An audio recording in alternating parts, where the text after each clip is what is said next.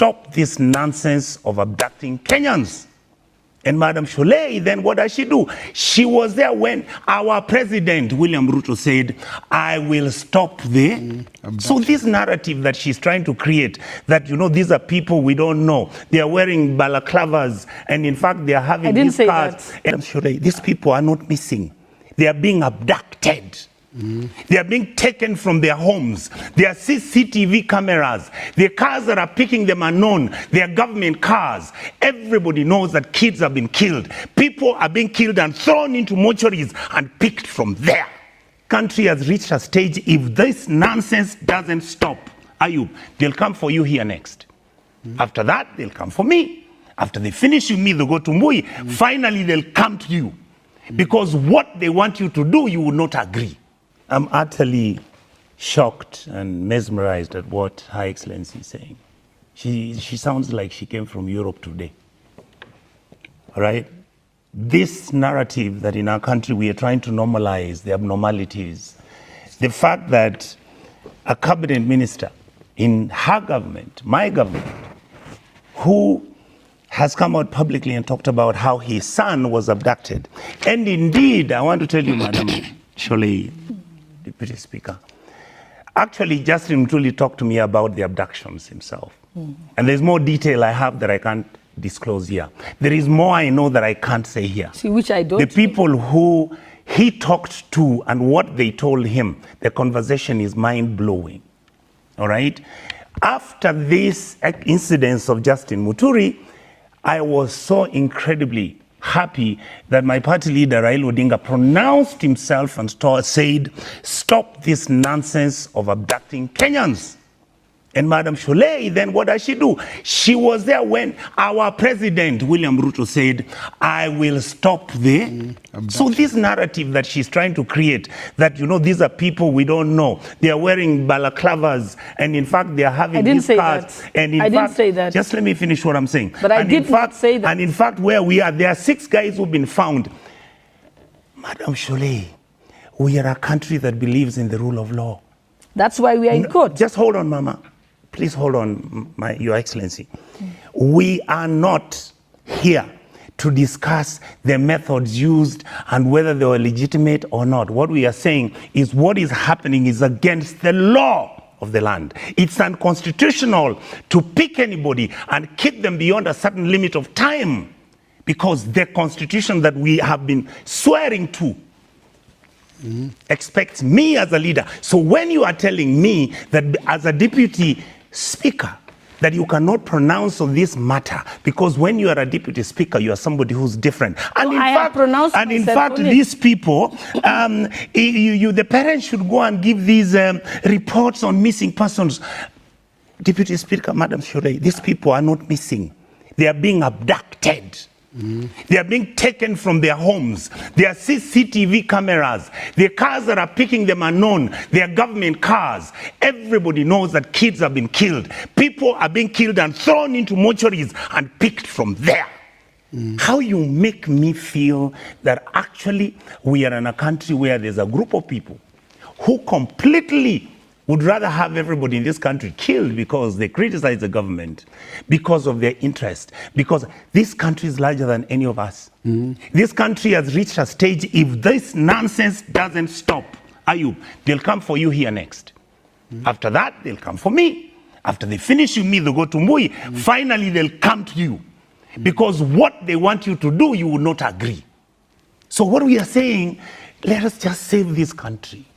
Forget about the shenanigans. You are in government. We are not in. I have said severally, Ayub, I don't hate President Ruto. I want him to succeed. I respect him. He's my president. The guy is so bright. Why is it difficult to run this country? You know, Ayub, what's happening? He's playing to the gallery. When we are talking about the people who are on this page, the people you work with are the ones who show who your friends are, and they're the ones who tell Kenyans what your government is. Brilliant. We have a great example of what we started out the show about, where we can be very thin on facts, very thin on objectivity, and very generous with our sensationalization and our play to the gallery. The issue of abductions you started out by telling us is a very complex issue. And indeed it is. Take the example that has been given by the Deputy Speaker, Honorable Gladys Sholei. She has nicely listened to my brother KJ, and I'm shocked where to start. First of all, there's this narrative I've had my two colleagues trying to insinuate that every time we come here, KJ, I am not trying to get sensationalization. I am not trying to make my name better or worse than it is. Kisii is not suffering because so far, luckily, my governor hasn't abducted anybody. When he wanted to start that nonsense, I stopped him. The way I'm stopping your government, which is my government. I am in this role particularly to come and tell you that what you've been saying here, and it has nothing to do with that tangential arguments you're always making. Oh, you know, Mbui and Onyonka, all the opposition, they just want TikToks. People are dying. People are being taken out of their houses. We have a national intelligence system which is closer to being the best nearly in East and Central Africa. We have the DC High. We have some of the government officers that will tell you, I can see that one, it quacks like a duck. I can look at that one, it looks like a pig. That's what they've gone to school with. If you sit with them, they will tell you quietly, stop this nonsense, otherwise your country is headed the wrong direction. When my colleagues are sitting here and saying how, and painfully for me, it's really, really painful to sit here and say that, oh, you know what you do? Yes, please go and report these losses you're having of these individuals who, in fact, we don't even know whether they've been abducted because they wanted to see their boyfriends or girlfriends, who then, KJ's president, who's my president, announces and says, I'll stop the abductions. Who then my party leader, Raila Odinga, says, this is what is going to lead the country into a direction we cannot manage it. We have examples in Latin America. We have examples in other countries that have failed states and banana republics. These are symptoms of the problem that our country is broken down. What we should be discussing here is not defending government, demonizing the police or anybody, is to say, are we sure we understand, my brother KJ, where we are? I would agree with you on that. Do we understand that the country that we have got, beyond the because of our politics, and that is the politics of deceit, politics of not saying the truth, and politics of demonization, that you are taking youths who exist in this country, who initially were actually venting their opinion and telling the state that there is something wrong about the way you are managing our country. Ayub, the reason why some of us come to this studio of yours and say what we saw is very simple. KJ, you may not know this, but you'll remember because we were neighbors in the neighborhoods where children of the dynasties live. In Dagoretti. If today, KJ, the president in 1982 was William Ruto, and the person who was acting subversion activities was Raila. If today, Musalia Mudavadi, who I was arrested with in 1982 because we are subverting the republic, Moi had mercy enough to leave us to survive. That is why some of us are willing to come and say these things here. Moi had a heart. Even when we considered him to be the worst dictator in Africa, he had a human heart. He was willing to say these were stupid boys who are playing around. So you know, KJ, my father was a minister. You know we were saying ministers should go. We were saying Moi must go. All of us would have been hanged. And that would be my footnote. So what we are telling you is this. What is happening now with these youths, it's not that it did not happen before. It is just that the presidents who were serving during that time, whether it was Kibaki, whether it was President Moi, those presidents looked at the critical issues of our country and they are willing not to stop the youth and to kill all the youth because they were against them. Okay, allow me. But a number of Kenyans were killed under President Moi's government one day. Absolutely. Yes. The point I'm making is this. Many people, out of the students who are in the University of Nairobi, 127 of us, I can tell you, 2 died because of health conditions we had in prison. The rest, Moi had a heart. Moi told us when we left the prison, he said, if that can't be a lesson on how you take care of your country, it's your business. Why do you think, Honorable Gladys, that the response to matter concerning the lives of Kenyans, the abductions that have been happening, appears to be slow in terms of the sluggish nature of the answers to this very complex problem? Yes. I think I'm glad you've asked me that question. I have been closely following the case that has been before Justice Bahati, where the Kenya National Human Rights Commission, together with Law Society, have went to court asking for a habeas corpus orders, which is asking for production of certain persons directed at the IG and other state agencies. And during that time, they were saying that 7 persons were missing. And what happened is, the IG at that time said, give me time to take statements, because when you make a missing persons report, statements are then taken, the phone number of the person is taken, the Facebook accounts and all are investigated. You might have to speak to the phone operator companies to help you in those investigations. And that's what the IG asked. And since then, 6 out of the 7 missing persons have been found. And when the last court case, the IG said, these 6 who have now shown up did not come out of police custody, because he had said they're not in my custody anywhere in any police station. He then said, I want the family members to come and give us information so that we can commence investigations. The 6 out of the 7 have been found. The last court hearing, the IG asked the court, now, in order for us to investigate where these people were and where they were being held, I need them to come and file reports with us. They have not filed those reports. So the IG said, should I arrest them? He asked the court, can I arrest them so that they can come and give me the information of where they were?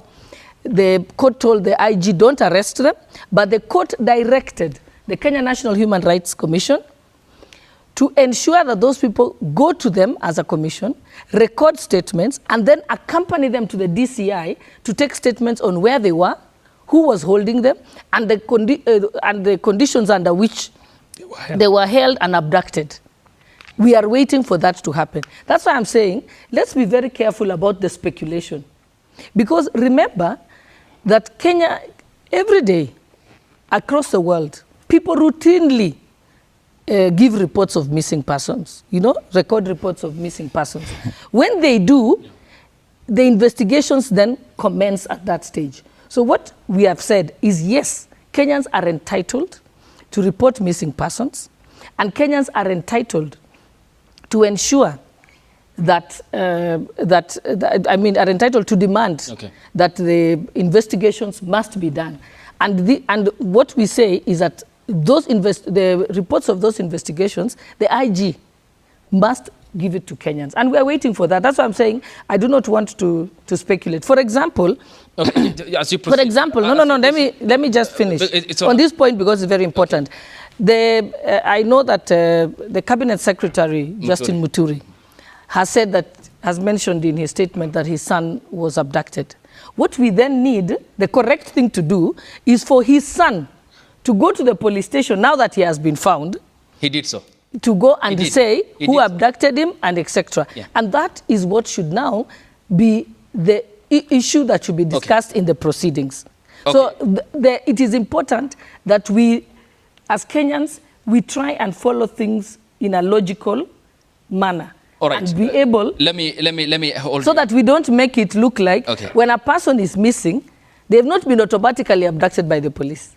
They are missing until investigations are done to find out, is it the police that abducted them, or is it maybe even the person had a debt with somebody and then you're picked up. Well, the person clearly that is but I'm just saying is that we cannot always default that it's the police. But what the police must do is undertake investigations. That's why we are appealing. I sympathize with Kenyans who say they have reported missing persons. But what we are asking them also, it is their responsibility to go to the police station and say, this is the Facebook account, these are the best friends of the person, this is where they routinely hang out, these are the people they associate with, so that it can help with investigations. Yes. So just on a factual point, Bernard Kavuli recorded a statement with the authorities, so did the gentleman who went missing from Embu County, so as Leslie Muturi in June 2024. Yes. That's just on a factual note, because you said that they have to record a statement to the authorities. But they did, and investigations are underway. Nonetheless, though, you said the police are investigating. Who, in your view, then, do you think is undertaking all this? That I don't speculate. I don't know. Until investigations tell us, then we will know. And each is a case-by-case basis. Are you bothered by what's happening in our country? What is happening in the our country? The abductions of including foreigners. You know, that's why, Ayub, you must remember something. I will not come here to speculate or to cast aspersions. My issue is I'm looking at it on a case-by-case basis. That's why I'm giving you the 7 people who are reported missing by LSK and the Kenya National Human Rights. I have been following up that matter because I wanted to know what is it that people are discussing, so that I don't come to speculate. People are discussing abductions, Madam Speaker. Yes, I know. That's what I'm saying. Yeah. That's why I was following up the court case. Yes. Because there was 7 abductions that were reported in that particular court case. 6 of them have already been found. And now we are waiting. The court has ordered that they must record statements of where they were. When that report comes to court, I will come back on this television station and I will tell you this is what has been reported to the court, so that I'm not speculating. Okay. And each missing person you deal with on a case-by-case basis. And here is one final question. I'll go to Senator Onyonka next. As then the Deputy Speaker of the National Assembly, because it's so a privileged position to hold, Madam Speaker, aren't you bothered when Kenyans are abducted using unmarked vehicles, people who don't identify themselves, for a country that has prided itself among the community of nations as a safe haven, even for foreigners, leave alone Kenyans? I mean, doesn't that bother you as the Deputy Speaker of an arm of government that is so influential in our constitutional arrangement? Okay, so first of all, I just want to correct you. When I'm sitting here, I'm not sitting here as Deputy Speaker. I'm here as a politician. I'm here as a politician. And I'm also here as an individual member of this country and as a member of Uasin Gishu County. When I am presiding over the House, that is when I'm Deputy Speaker. At the moment, it's how I conduct myself during the proceedings. So I think you trying to pull that and so on. And then I'm not saying that I'm not bothered by the abductions. I am bothered by the abductions to the extent that I am closely following up the court case. Okay, and so I am following. Yes, away from your title. No. I'm just saying. Okay. What has me being Deputy Speaker got to do with something that I'm doing as a political leader in this country? Yes, but I'm just telling you, I am responsible enough because I don't think you have been following those proceedings that have been before Justice Nambu. I did. I am following it. I'm following it closely. Yeah. Every time the matter is in court, I go online and listen to it because I am curious to understand where all this is coming from. And I'm curious to see the response of the IG. And like I said, I will know the update when these 6 people who have been found now report, so that they say where they were. But then you cannot tell me there's abductions and marked vehicles. You see, those are your... that is your... No, I'm just saying that's your knowledge. Yeah. I want to see the statements. It's public knowledge as well. No, that is what is being said in the public. But what I want to know is from these 6 people, where they were, they'll tell us whether it was unmarked vehicles, who picked them up, and so on. Then I can comment on it. But you can't tell me to speculate on something. Surely, I think it's unfair. Okay, so fair enough. And if you know that is happening, we also expect you to go and report to the police station. Okay, we report to the public, not to the police stations.